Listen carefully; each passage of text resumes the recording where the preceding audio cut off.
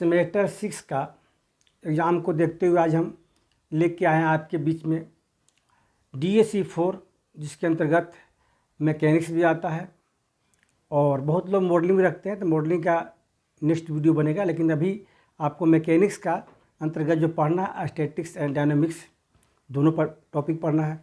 तो दोनों जो पार्ट पढ़ना है, दोनों को लेकर के हम एक शॉर्ट टाइप्स और ऑब्जेक्टिव क्वेश्चन लेके आए हैं। और ध्यान दीजिएगा कि इसमें शॉर्ट टाइप्स और ऑब्जेक्टिव क्वेश्चन बनाने के लिए हमको कुछ बेसिक का भी जरूरत पड़ता है, जो आज पूरा का पूरा को बताएंगे डिटेल में कैसे ऑब्जेक्टिव पकड़िएगा इससे, और कुछ शॉर्ट टाइप भी क्वेश्चन दे दे तो कैसे बनाइएगा। कभी कभी क्या होता है कि 10 मार्क्स में भी शॉर्ट टाइप का नोट्स दे देता है ना, 4-5 को देखने के लिए, है ना, या तो दोनों में डालता है, आपका दोनों ऑप्शन है। तो देखिए कि पहला नंबर क्वेश्चन लेके आए जो बोलता है डिफाइंड इक्विलिब्रियम। तो यहाँ पर हम क्या किया कि मैकेनिक्स में बहुत लोगों का कहना था कि आंसर भी दे दीजिएगा, ताकि कहीं भी क्या होता है कि इक्विलिब्रियम है तो इक्विलिब्रियम डिफाइंड तो बहुत लंबा चौड़ा होता है। अगर 2 नंबर में आता है, चाहे 10 नंबर के क्वेश्चन में 4-5 को डिफाइन दे दे, तो इतना छोटा छोटा आप करके कर सकते हैं। जैसे इक्विलिब्रियम के बारे में डिफाइन करना है तो if the resultant of several coplanar forces acting on a body will produce the same effect as the all given forces, thus the if this resultant forces becomes zero, यानी जितना तरह का फोर्स लगता है वो क्या होता है, becomes रिजल्टेंट जो जीरो देता है, the body is said to be equilibrium। ये इक्विलिब्रियम का केवल डिफिनेशन था आपका डिफाइन करने के लिए। और define principle of virtual work, अगर इसको डिफाइन करने के लिए आता है ना, तो आप इजली कर सकते हैं। If a rigid body is in equilibrium the total work down of the external forces acting on the rigid body is क्या हो जाए, जीरो हो जाए for any virtual displacement of mathematically क्या होता है, समेशन ऑफ डी बराबर 0। तीसरा नंबर क्वेश्चन लिए है ना, डिफाइन कॉमन कैटेनरी या यूनिफॉर्म कैटेनरी के नाम से भी जानते हैं इसको। इसका आंसर जो होता है ना, जो बोलता है कि if the weight per unit length of the subtended flexible string या चेन इज ए कांस्टेंट हो जाए, then the catenary is a called common catenary. बहुत सिंपल लिए, 2 लाइन का है। डिफाइंड रेंज जो है, यह combination of single forces R and a couple G is said to be constitute of average of if the action of a single force R and the axis of the couple G are same होना चाहिए। इसमें 2 को result देता है कि अगर R बराबर magnitude of R हो then R is a called है ना इंटेंसिटी ऑफ द रेंज। और दूसरा नंबर जो है, इफ़ जी बराबर पी आर हो तो P is a called pinch of the range. यह रिजल्ट जो है एक बार 2 बार ऑब्जेक्टिव में भी पूछ चुका है। तो इस तरह से हम डिफाइन करते जा रहे हैं, है ना। अगर मान ली जाए कि 2 नंबर में आता है तो इतना आप कर सकते हैं इजली। अगर 10 नंबर में भी 4-5 को डिफाइन दे दे तो इस तरह डिफाइन कर सकते हैं। तो देखिए टोटल जो है 100 टाइप और ऑब्जेक्टिव मिला करके या टोटल आपको 20 मार्क्स का रहता है क्वेश्चन, है ना। तो आपके बीच में हम 15 क्वेश्चन लेके आए हैं। यह क्वेश्चन नंबर 4 था। अब देखिए question number 5, defined central axis.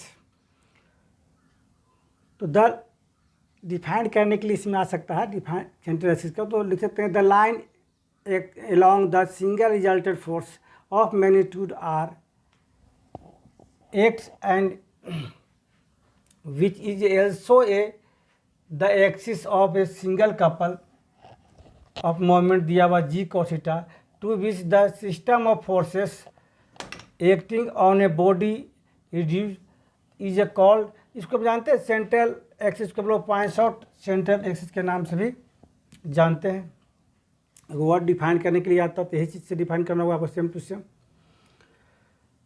6 number लिए है डिफाइन स्टेबल एंड अनस्टेबल। तो इसके बारे में तो आप लोग बहुत अच्छी तरह से पढ़ चुके हैं कि स्टेबल क्या हुआ, है ना, और अनस्टेबल क्या हुआ। जैसे कोई बॉडी जो है ना, रिड्यूस किया गया है, डिस्प्लेस किया गया और फिर से वापस मेरा वही पोजीशन पर आ जाता है, बैक हो जाता है, तो बोलते हैं कि स्टेबल है। और अगर बैक नहीं होके एक स्थान दूसरे स्थान पर रह जाता है तो हो गया अनस्टेबल। इसके बारे में डिफिनेशन आ सकता है एग्जाम में आपको, है ना, डिफाइन करने के लिए। और नहीं लिख पाते इतना जल्दी तो क्या कर सकते हैं कि वीडियो को पॉज करके आप, है ना, रोक करके भी लिख सकते हैं। और सेव, अब देखिए डिफाइन इतना किए हम 6 पॉइंट, तो 6 पॉइंट 2 नंबर में डाल सकता है ना, 10 नंबर में 6 पॉइंट डाल सकता है आपका। फिर आपका क्वेश्चन नंबर 7 जो है क्या किए कि इसके बाद हम कंडीशन और रिजल्ट को लिए हैं ताकि आपको ऑब्जेक्टिव बनाने में सुविधा हो, क्योंकि ऑब्जेक्टिव के 4 ऑप्शन होगा, तो चारों ऑप्शन में एक ऑप्शन तो आपका आंसर रहेगा ही रहेगा, है ना। तो केवल आंसर का शॉर्ट को लिए हम, है ना, ताकि आपको पढ़ने में सुविधा हो, रिवाइज करने में सुविधा हो, ताकि जैसे ऑब्जेक्टिव आता है 4 गो ऑप्शन तो सही ऑप्शन को आप पहचान सकें। इसलिए यह क्वेश्चन नंबर 7 से जो है हम ऑब्जेक्टिव टाइप के डाल रहे हैं। और ऐसा नहीं कि ऑब्जेक्टिव है, अगर मान लिया कि डिफाइन करने के लिए भी आता है इस तरह से, तो आप वो डिफाइन भी कर सकते हैं। The system of coplanar forces acting on a body is equivalent to a single force. क्या होगा, तो आर का मान यह होता है, समेशन ऑफ पावर ऑफ 1 से लेकर एन तक समेशन ऑफ एफ आर होता है, and a couple of moment जो होता है एम का वैल्यू जो है यह होता है आपका। तो इस तरह से यह हुआ। अब इसी चैप्टर में ये रिजल्ट दिया हमको सिंगल फोर्स और कपल ऑफ मोमेंट, तो इस पर 3-4-5 को रिजल्ट बनता है, कुछ एग्जाम्पल भी एग्जाम में आता है ना। तो देखिए इस पर आपको डिफाइन करते हैं, 7 का कुछ पॉइंट ले लेते हैं, 4-5 पॉइंट, ताकि इसे ऑब्जेक्टिव पकड़ने में आपको सुविधा होगा। देखिए 7 का point number 1, A system of coplanar forces be in equilibrium. तो इफ़ x बराबर 0 y बराबर 0 तो देन g बराबर 0 होगा। g को हम लोग कहीं कहीं m लिखते हैं ना, कि m बराबर 0 या g बराबर 0 लिखते हैं, या r बराबर 0 तो s बराबर 0 और y बराबर 0 होगा। रिजल्टेड 0 है तो s और y के अलॉन्ग में रिजल्टेड क्या होगा, 0 ही होगा। m बराबर 0 या g बराबर 0 कब, जब इक्विलिब्रियम हो तब। ये फोर्सेज जो है coplanar forces be in equilibrium, तो कंडीशन आता है ना, ऑब्जेक्टिव में दे सकता है आपको। अगर राइट भी करने के लिए कंडीशन तो लिख सकते हैं, ऑब्जेक्टिव में दे तो भी लिख सकते हैं आप। दोनों ऑप्शन बन रहा है आपका, ऑब्जेक्टिव भी और शॉर्ट भी बन रहा है आपका कंडीशन डिफाइन करने के लिए भी। राइट चाहे लीजिए कि राइट द इक्वेशन या equation of the line of action resultant of coplanar forces इन जी बराबर यह होता है X Y plus Y X. याद रखिए जो कैपिटल में यहाँ वाई दिया हुआ तो उसके अगल बगल क्या हुआ, स्मॉल ही होगा, यह कैपिटल एक्स या कितना स्मॉल वाई होगा। If the resultant of A system of coplanar forces passes through the point, कोई पॉइंट से पास करने के लिए बोल दे आपको, है ना, 2, 3, 1, 5 कुछ भी पॉइंट से पास करने बोल दे, तो पॉइंट से क्या हुआ, यहाँ स्मॉल एक्स का वैल्यू है, यहाँ स्मॉल वाई का वैल्यू है, तो जी बराबर कितना हुआ 2y माइनस 3x। इस टाइप का भी ऑब्जेक्टिव में आ सकता है।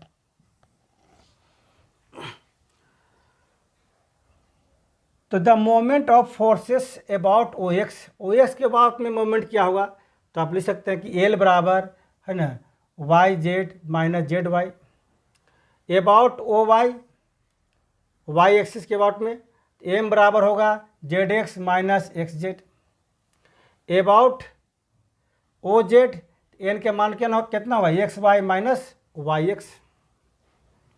इस तरह से कंडीशन आपका होगा, एक स्मॉल दिया हुआ एक कैपिटल दिया हुआ है।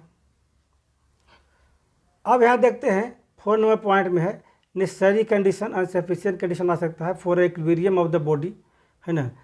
तो कंडीशन जो होता है नेसेसरी कंडीशन होता है इक्विलिब्रियम का कि आ बराबर 0, तो कंपोनेंट सब कितना तीनों एक्सिस पर कितना हुआ एक्स के बराबर 0 वाई बराबर 0 जेड बराबर 0, 3 फोर्सेज क्या जी बराबर 0 है, एम बराबर 0 तो कितना ए बराबर 0 एम बराबर 0 और एन बराबर 0। यहाँ पर जी लिया गया है क्योंकि वहाँ एल एम एन ऑलरेडी है।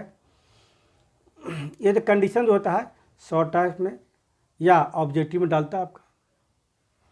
सफिशिएंट कंडीशन जस्ट इसका उल्टा होगा, एक्स बराबर 0 वाई बराबर 0 जेड बराबर 0 तो कितना आ बराबर 0 होगा, एल बराबर 0 एम बराबर 0 एम बराबर 0 कितना जी बराबर 0 हो जाएगा। ये ऑब्जेक्टिव का भी ऑप्शन है ट्रू के लिए और शॉर्ट भी हो गया आपका notes. Work done by a force F during the displacement D S, तब यू का जो वैल्यू है F cos theta D S. अगर पहला पॉइंट लिए इसमें कि थीटा जो है angle between force F and displacement D S, then W के मान कितना होगा एफ डी कॉस थीटा को ब्रैकेट में लिख सकते हैं आप, डी कॉस थीटा है। और डी कॉस थीटा जो आपका है ना is the displacement of the point का है, किस पॉइंट पर डिस्प्लेसमेंट कर रहा है उसके लिए। तो हम क्या कर रहे हैं, चैप्टर बाय चैप्टर रिजल्ट दे दे रहे हैं आपको, है ना, और मेन पॉइंट यहाँ पर दिया गया है ताकि इसको आप इस वीडियो के माध्यम से प्रैक्टिस कर सकते हैं। एक पॉइंट नंबर क्वेश्चन नंबर 8 था, है ना, इसका पॉइंट 1 दिए हैं, इसका 1-2 पॉइंट और देते हैं। देखिए इसका point number 2, the work W done by the force F during the displacement D of its point of application is कितना हुआ, F.D होता है। दूसरा नंबर पॉइंट लिए हैं कि the sum of the work done by the force कितना हो गया, U into R, E into G। ये सब अपना अपना रिजल्ट होता है, मीनिंग है। R यहाँ पर रिजल्टेंट है, G यहाँ मोमेंट है, U जो है स्मॉल ट्रांसलेशन है, और E जो है स्मॉल रोटेशनल है, small rotation. If the forces is in equilibrium, equilibrium में जानने करते हैं रिजल्ट क्या देता है, 0, तो रिजल्ट भी आप 0 देगा, G भी 0 देगा, या दोनों 0 देगा, क्या समेशन ऑफ D भी 0 होगा बॉटम, और समेशन ऑफ DW भी 0 होगा। दोनों में से कोई लिख सकते हैं आप वहाँ पर, या दोनों में से कोई दिया रह सकता है ऑब्जेक्टिव में आपको ऑप्शन में, इसलिए और में कर दिए यह दिया रहे चाहिए दिया रहे। The work done by the tension of a string in A small displacement जो होगा वह क्या हुआ, -TDL ऐसे लिखा हुआ हो, चाहे -TDL ऐसे भी हुआ, ऐसे डेल DL लिखा हुआ, चाहे ऐसे डेल लिखा हुआ हो ना, एक ही चीज़ सब है यहाँ पर, क्योंकि ऑप्शन में कोई भी लिख सकता है आपको। द वर्क डन बाय, है ना, इनके लाइट बॉडी कितना था, इक्वल टू TDL। फिर 9 नंबर जो लिए है इंसिटिक equation of the common catenary is, सबको जानते हैं आप लोग, इस बराबर C tan साइन होता है, एंड कार्टेशियन इक्वेशन जो होता है कॉमन कटनरी कितना होता है, y बराबर C हाइपरबोलिक cos x/c। जैसे कुछ रिलेशन होता है, 5 रिलेशन दिखा दी, क्योंकि ऑब्जेक्टिव में कोई भी रिलेशन आपको डाल सकता है ना, और दिखा सकता है कि इसमें कौन सा रिलेशन किसका है। तो relation between x and s जो है, s बराबर C हाइपरबोलिक साइन x/c होता है। Relation between y and s, तो y square equal to C square plus s square, या y square minus s square बराबर इतना, दोनों में से कोई रिलेशन रह सकता है, इसलिए ऑप्शन है, ताकि जो भी आंसर में डालेगा ऑप्शन में उसी को जो ट्रू था वही आपको लिख दे रहा, ताकि आपका ऑब्जेक्टिव पकड़ने सुविधा हो, क्योंकि ऑब्जेक्टिव में जानना करते हैं कि बहुत सारा ऑप्शन होता है, ऑब्जेक्टिव कहीं से वो डाल सकता है, इसलिए जितना पॉइंट जो है इंपॉर्टेंट पॉइंट जो होता है हर चैप्टर वाइज आपको लिया गया है। Relation between x and psi, तो s बराबर होता है C log sec psi plus tan psi. Relation between tension and coordinate, तो T बराबर WY, है ना।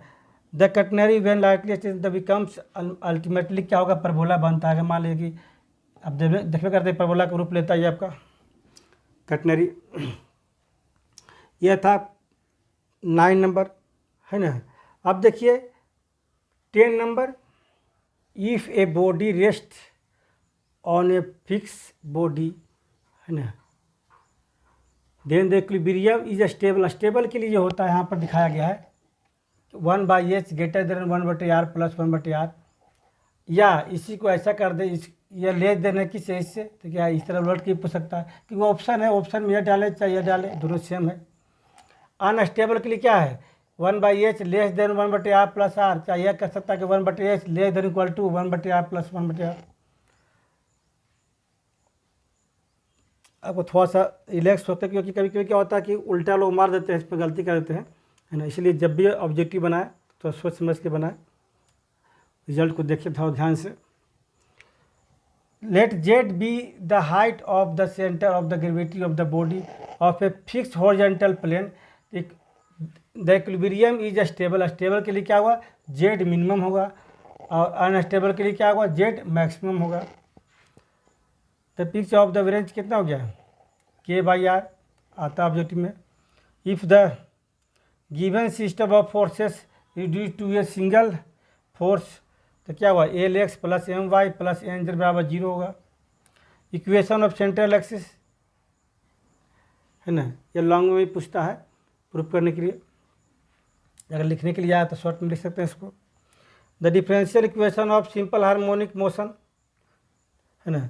अब देखिए इधर देखे होंगे ये आता है आपका लगभग वह सब स्टैटिक्स का, यह डायनामिक्स लिए हैं। The differential equation of simple harmonic motion d2x/dt² = -μx। ऐसे जो होता है जनरली डिफरेंशियल जो कहता है कि d² x/dt² जो होगा प्रोपोर्शनल टू कितना x जो होता है सो है। अब इसी को हम लोग क्या करते हैं कि डिप्रेशन के थ्रू कंडीशन लेते हैं, है ना। तो एक इक्वेशन तैयार करते हैं, वो उसका नाम है simple harmonic motion d2x/dt² = -μx। इसी को चेंज करके आप dv/dt के रूप में भी लिख सकते हैं, मतलब कि the solution of simple harmonic motion is कितना हो जाएगा x = a cos √μt। Mu क्या है, कांस्टेंट है यहाँ पर, और a क्या है, एम्पलीट्यूड है। तो ऑब्जेक्टिव में डालता है कि सिंपल डिफरेंशियल इक्वेशन ऑफ किसका, सिंपल हार्मोनिक मोशन का इक्वेशन क्या होगा, तो यह होगा। सोल्यूशन क्या होगा, तो यह होगा। इसको जानते हैं, ऐसा भी बहुत बोलता है कि the position of the particular time t कितना हो जाएगा, तो इतना ही होगा। सिंपल हार्मोनिक मोशन का डिफरेंशियल इक्वेशन का position of particular time t कितना होगा, तो इतना होगा आपका, सेम टू सेम होगा। पीरियोडिक टाइम पूछेगा t बराबर, तो इतना लिख सकते हैं आप। इससे तो प्रूफ किए होंगे आप लोग। If n be the frequency of oscillation then the frequency of simple harmonic motion इस कितना होगा, m = 1/t। t का मान रखेंगे इसको तो उलट जाएगा आपका, इतना होगा। तो इस तरह से हम देखिए चैप्टर बाय चैप्टर 5 पॉइंट ले रहे हैं, क्योंकि आपको ऑब्जेक्टिव पकड़ना है, सही गलत चुनना है, तो आपको ऑप्शन तो आना चाहिए, आप कम से कम आपको, है ना, सही चुनने के लिए भी और गलत चुनने के लिए भी। तो ये देखिए मान लीजिए कोई में गलत चुनना है आपको, तो उसमें 3 तो सही होगा, तो 3 सही चुन पाइए तब नहीं गलत चुन होगा आपका। इसी तरह से 5 पॉइंट हम दे रहे हैं। तो ये तीसरा पॉइंट था सिंपल हार्मोनिक मोशन का। देखिए पॉइंट नंबर 4 नंबर में है the maximum velocity equal to √μa and maximum acceleration μa दिया हुआ है। 5 नंबर में the equation of motion of a particle in a the direction of x decreasing बोलता है, तो लिख सकते हैं इतना इक्वल टू इतना, चाहे इतना इक्वल टू इतना लिख सकते हैं। मोशन ऑफ इन 2 डायमेंशन, तो इसमें देखिए कि बहुत सारा होता है रेडियल और ट्रांसवर्स। तो रेडियल में हो गया कि वेलोसिटी के अलॉन्ग हो गया ये रेडियल वेलोसिटी, और एक ट्रांसवर्स वेलोसिटी, एक रेडियल के अलॉन्ग में एक ट्रांसवर्स के अलॉन्ग में वेलोसिटी है, दोनों दिया हुआ है। dr/dt लिखिए, 4 पर वो एक बार डेरिवेटिव है तो एक पॉइंट देंगे, 2 बार डेरिवेटिव होगा 2 पॉइंट दीजिएगा वहाँ पर। रेडियल एक्सीलरेशन ऐसे लिखे, चाहे इसको ऐसे लिखे, ट्रांसवर्स एक्सीलरेशन इस तरह या इस तरह, तो सबका रेडियल में और transverse, radial and transverse velocity हो गया, और रेडियल एंड ट्रांसवर्स एक्सीलरेशन हो गया दूसरा पॉइंट, है ना। और तीसरा पॉइंट है tangential velocity and normal velocity. Tangential velocity इस तरह लिखते हैं हम लोग, और नॉर्मल वेलोसिटी को इस तरह क्या होता है, 0 होता है। और टेंडेंशियल एक्सीलरेशन होता है इस तरह से dv/dt, चाहे v dv/ds या d²/dt। उसका नॉर्मल एक्सीलरेशन होता है इस तरह से आपका v d×dt या v²/ρ। ये क्या रो है, रो मतलब क्या होगा, ds/d।